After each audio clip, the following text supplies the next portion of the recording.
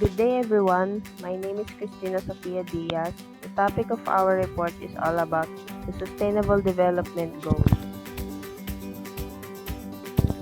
Introduction. The Sustainable Development Goals, or SDG, also known as Global Goals, are a set of 17 integrated and interrelated goals to end poverty, protect the planet, and ensure that humanity enjoys peace and prosperity by 2030. It was endorsed by world leaders during a historic UN summit in September 2015, went into effect on January 1, 2016. Over the next 15 years, governments will organize efforts to eradicate all forms of poverty, combat inequality, and combat climate change, while guaranteeing that no one is left behind using these new, universally applicable goals. The Sustainable Development Goals, or SDG, also known as Global Goals, aim to eradicate all forms of poverty. Building on the success of the Millennium Development Goals, or MDG, the new goals are unusual that they encourage all countries, rich and poor, to work together to build prosperity while also protecting the environment. They recognize that reducing poverty necessitates policies that encourage economic growth while also addressing a variety of social needs such as education, health, social protection, and job opportunities, all while battling climate change and safeguarding the environment. The SDG National Coordination Commission, or NCC, was formed to provide a high-level platform for direct and sustained engagement between government, stakeholders, private sector actors, civil society and organizations, non-governmental organizations or NGO, academia, youth, and the international community, all with the common goal of achieving the ASDG, BRD, and the MGD and SDG, Millennium Development Goals, or MDG. All the programs and projects implemented by the BRD contribute towards achieving the MDGs in Afghanistan, specifically concerning the following goals. MDG 1, eradicate extreme hunger. MDG 2, achieve universal primary education. MDG 3, promote gender equality and empower women. MDG 7, ensure environmental sustainability. Next is no poverty. End poverty in all its forms everywhere.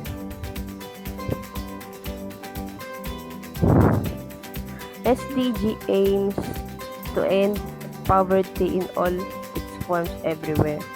Its objectives include ensuring that the entire population, and especially the poorest and most vulnerable, have equal rights to economic resources, access to basic services, property and the land control, natural resources, and new technologies.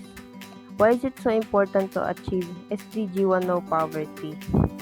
The rise of poverty is not only unfair in a threat to the integrity of millions of people, but it also heightens inequality, which in turn weakens social cohesion and severely hampers economic growth.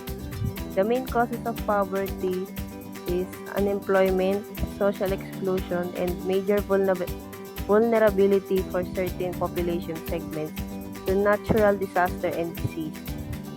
Drive inequality and heighten malnutrition, lack of access to education, discrimination, and exclusion. Although altogether, this exacerbates crisis, it increases political and social tension, and leads to all kinds of conflict. Next is zero hunger, to put a stop to hunger, food safety, inequality, nourishment, and promotion agricultural sustainability. SDG aims to end all forms of hunger, malnutrition by 2030, making sure all people, especially children and the more vulnerable, have access to sufficient and nutritious food all year round. This involves promoting sustainable agricultural practices, improving the livelihoods and capabilities of small-scale farmers, allowing equal access to land, technologies, and markets. It also requires international cooperation to ensure investments in infrastructure and technology to improve the agricultural productivity. Together with the other goals set out here, we can end hunger by 2030. The next is good health and well-being. Ensure healthy lives and promote well-being for all at all ages. SDG 3 aspires to ensure health and well-being for all, including a bold commitment to end the epidemics of AIDS, tuberculosis, malaria, and the other communicable diseases by 2030. It also aims to achieve universal health coverage and provide access to safe and effective medicines and vaccines for all. Supporting research and development for vaccines is an essential part of this process, as well as expanding access to affordable medicines. Promoting health and well-being is one of the 17 global goals that make up the 2030 Agenda of Sustainable Development. An integrated approach is crucial for progress across the multiple goals. So, good day everyone. This is Maria May Paris, and today I will be continuing the topic of SDG. So, the fourth one is quality of education. So, why does the quality of education is also part of SDG?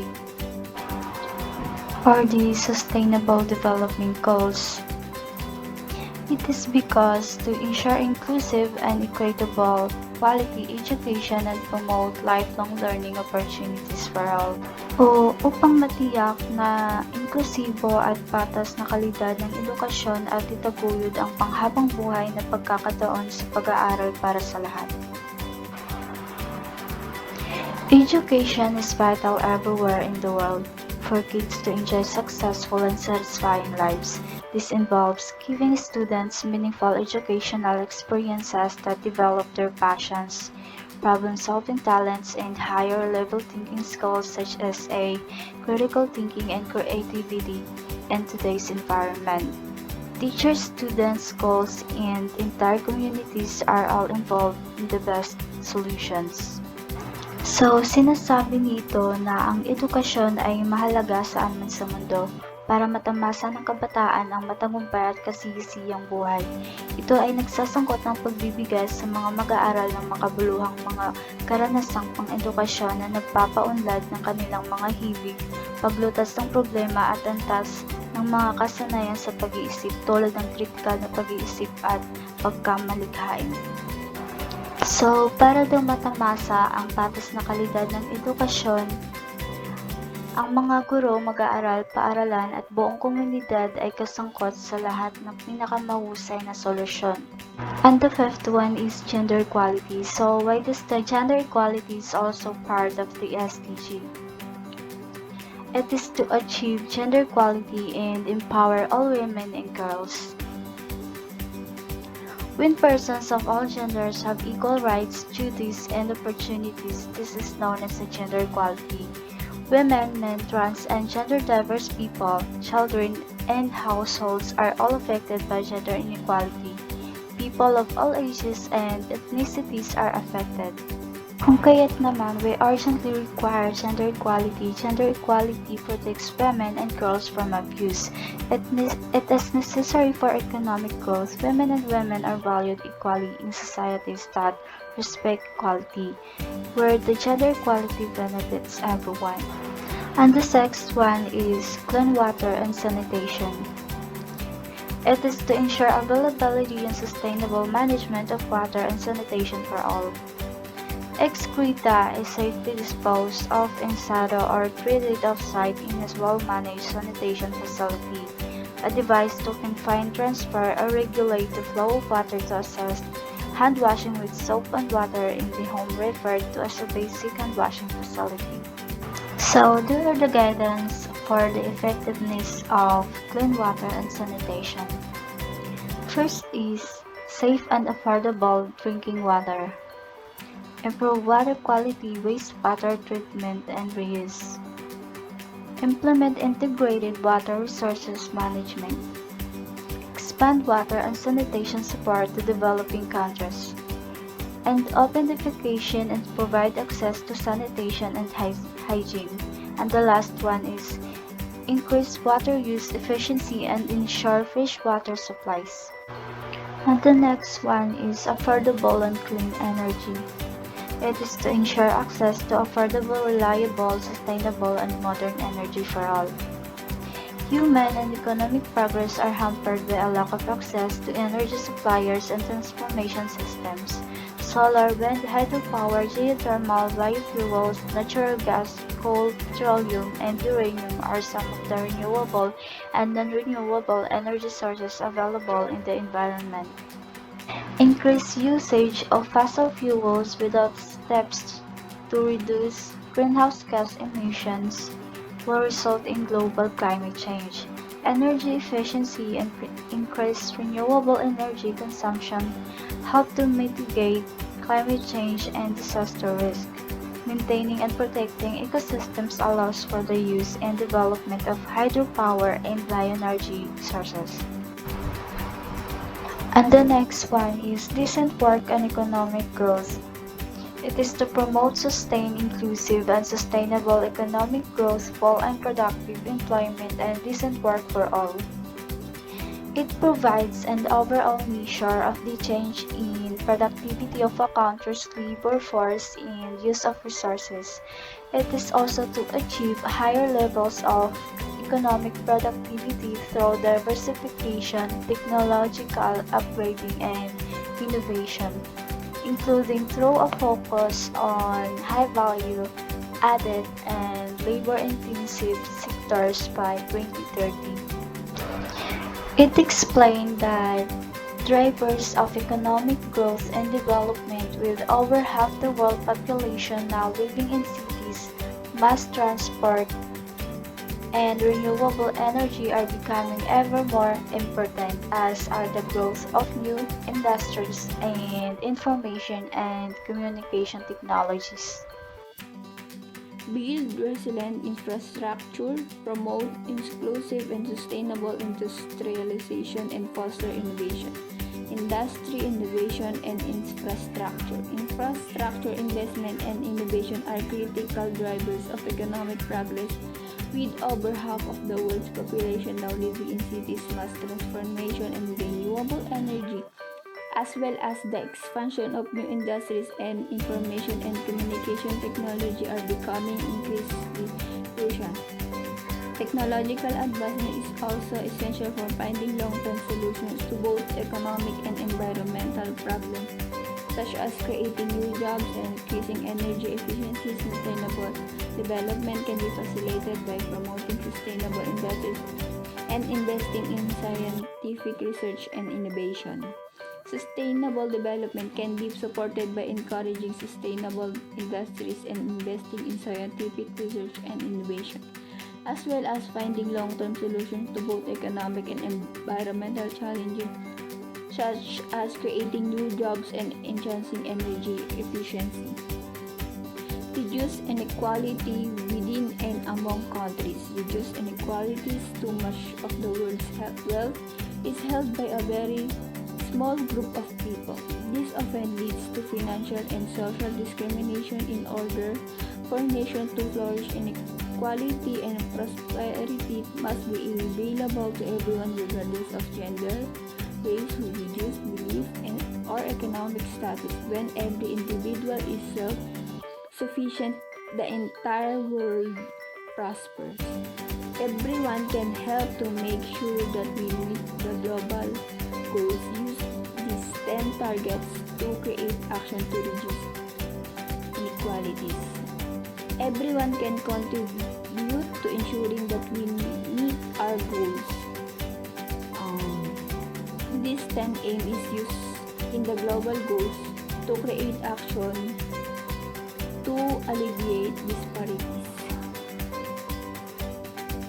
make cities and human settlements inclusive, safe, resilient, and sustainable. Sustainable cities and communities. The quality of life in cities is strongly linked to how they use and manage the natural resources available to them. To date, the trend toward urbanization has been accompanied by growing environmental pressures and increased demand for essential services, infrastructure, jobs, and cheap housing, especially among the approximately 1 billion urban poor who live in informal settlements. Cities are particularly vulnerable to the effects of climate change and natural catastrophes due to their high concentration of people, infrastructure, housing, and economic activities. Building urban resilience is critical for avoiding personal, social, and economic losses, as well as protecting the environment and mitigating disaster risk and climate change. Due to the high concentration of people in the cities, they are particularly vulnerable to the effects of climate change and natural disasters. Building or battery resilience is critical for avoiding personal, social, economic losses, as well as protecting the environment and mitigating disasters and climate change. Our Earth has many natural resources, but we have not used them appropriately, and we are currently consuming far more than the planet can offer. We must learn to utilize and produce in sustainable ways in order to undo the damage we have done to the Earth. Everyone may contribute to achieving the global goals. Make use of these 11 goals to inspire the ethical consumption and production. Climate change is seriously and irrefutable threat to our entire civilization. Its consequences are now visible and will be disastrous unless we act quickly. We can make the necessary change to protect the Earth via education, innovation, and adherence to our climate obligation. This development also presents significant opportunity to update our infrastructure, which will result in the creation of new employment and increase global wealth. Climate change is a seriously irrefutable threat to our entire civilization. Its consequences are now visible and will be disastrous unless we act quickly. We can make the necessary changes to protect the Earth via education, innovation, and adherence to climate obligation. This development also presents significant opportunity to update an infrastructure, which will result in the creation of new employment and increase global wealth. Thank you. The seas encompass more than 70% of our planet's surface, and it serves as a critical role in maintaining life. They are the most diverse and vital ecosystem on the planet, contributing the global regional element cycle as well as the climate regulation. Natural resources such as food, materials, chemical, energy are all found in the ocean. By increasing the fish catch and income, creating a new opportunities, promoting a health and empowering women, marine protected areas, and help to alleviate properties debris accumulation in the world seas and ocean, it's having a significant growth economic impact. Ocean, seas, and other marine resources are critical to human well-being, as well as the global and social economic growth. Their preservation as a long-term use to critical accomplishment the 2030 agenda, particularly for the small island developing states. Coastal towns, which accounted for 37% of the world's population in 2010, are particularly dependent on the marine resources. Ocean provides jobs, food, and revenue from fishing, tourism, and other industries. They are also aid in the regulation of the global ecology by absorbing heat and carbon dioxide. However, environmental degradation, overfishing, climate change, and pollution put ocean and coastal areas at risk. The underpinning for our existence on our planet is thriving plant life. We are all part of the planet's ecology, and we have wreaked havoc on it by deforestation, habitat loss, and land degradation. It is not a cause to promote the sustainable use of our ecosystem and the preservation of biodiversity. It is essential to our survival. protect, restore, and promote the sustainable use of terrestrial ecosystem. Manage forest sustainability to prevent desertification and stop and reverse land degradation and biodiversity loss.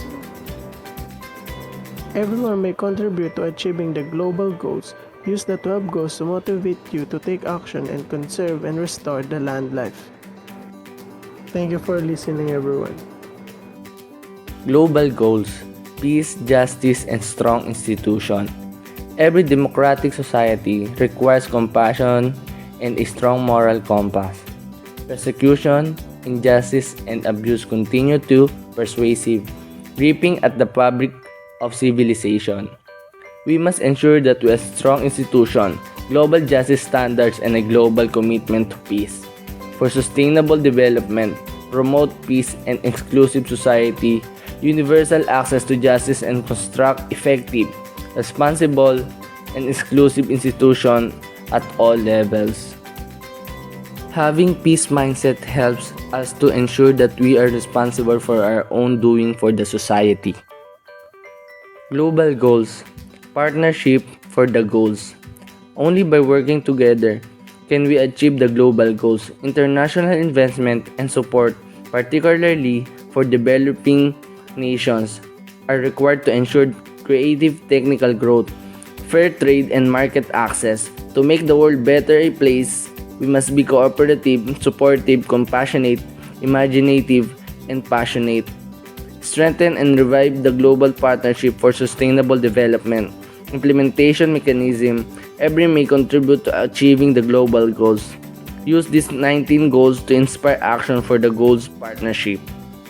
Being cooperative, supportive, and passionate on things will help us to grow not just for ourselves, but it is for the partnership that we have.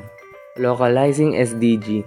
From defining of goals and target to determine the means of execution and utilizing indicator to access and monitoring progress.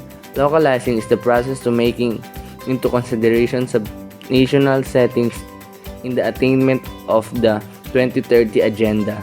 Localizing refers to how the SDG can serve as a framework for local development strategy, as well as a local and regional government can support accomplishment of the SDG through bottom and top action.